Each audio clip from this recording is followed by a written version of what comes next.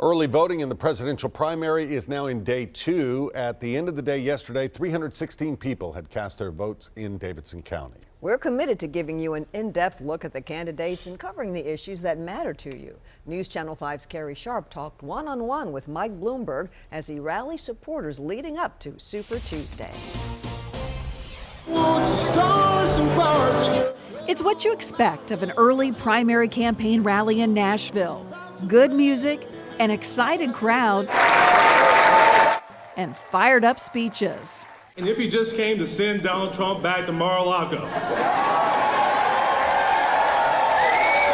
you're in the right place.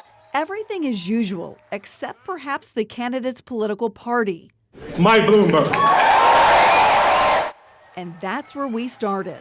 You're spending a lot of money and time here. Why? Why Tennessee? I'm going to come back here and try to convince a bunch of the red state people to come over and join me and the blue state people, because I will give them the kind of government that they want regardless of partisan politics, and I don't think President Trump is doing that.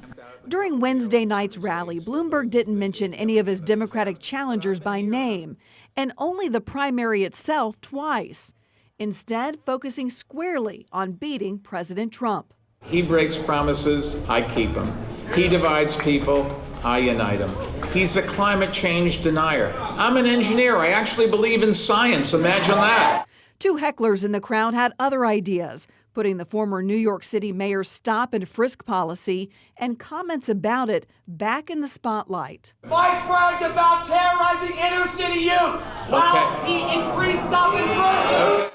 Bloomberg mostly ignored the outburst, but it's an issue that matters, especially here and now. Nashville has a crime problem, a bad one with young minority youth right now. So considering what you have done in the past and your talk of being tough on crime, what are new policies, better policies, specific policies you can talk about? Certainly need criminal justice reform. There's too many innocent people getting shot. We read that in the papers, and it's a disgrace. We have to provide services for young kids so that they have something to do in the afternoon rather than just stand around.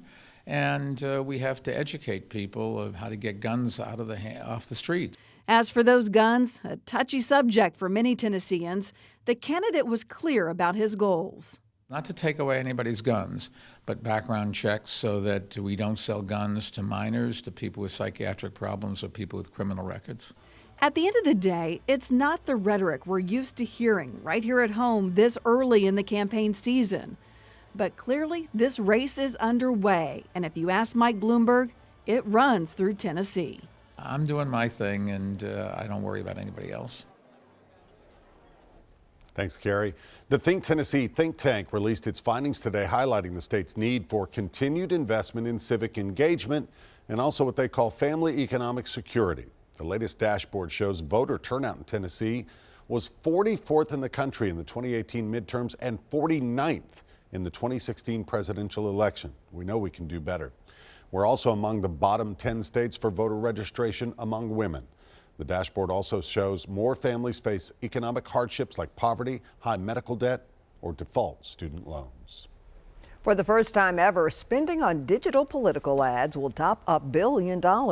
That's more than 3 times what campaigns and political groups spent during the last presidential race. So far, nearly 60% of those ads were purchased to run on Facebook. The biggest spenders on digital ads have been billionaire candidates Mike Bloomberg and Tom Steyer.